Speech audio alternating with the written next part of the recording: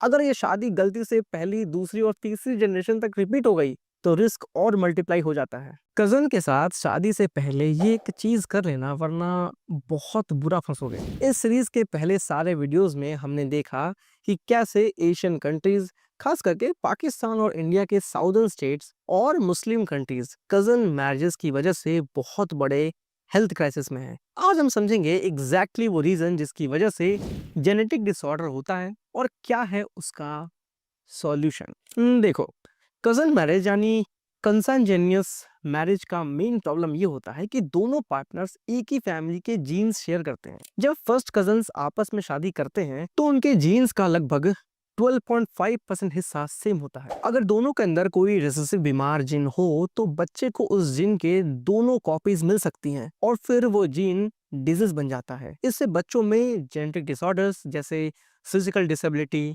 Deafness, vision loss, heart issues, bone disease, learning disabilities, kidney failure या birth के time death तक का risk 2 से 3% से बढ़कर 4 से 7% हो जाता है। अगर ये शादी गलती से पहली, दूसरी और तीसरी जनरेशन तक रिपीट हो गई तो रिस्क और मल्टीप्लाई हो जाता है। जैसे हैब्सबर्ग डायनेस्टी या किंग टूट के केस में हुआ था, उसकी स्टोरी नीचे लिंक में दे रखा है मैंने। चलो सॉल्यूशन पे भी बात कर लेते हैं। सॉल्यूशन ये है कि क्लोज ब्लड रिलेशन में शादी करने को अवॉइड किया जाए, चाहे रिलीजन, कल्चर या कन्वीनियंस कुछ भी हो। लेकिन अगर किसी रीजन से कजन मैरिज करनी ही पड़ रही हो तो सबसे पहले कैरियर जेनेटिक टेस्ट करवाइए। टेस्ट से पता चल जाएगा कि दोनों पार्टनर्स के अंदर कोई खतरनाक जेनेटिक बीमारी है या नहीं।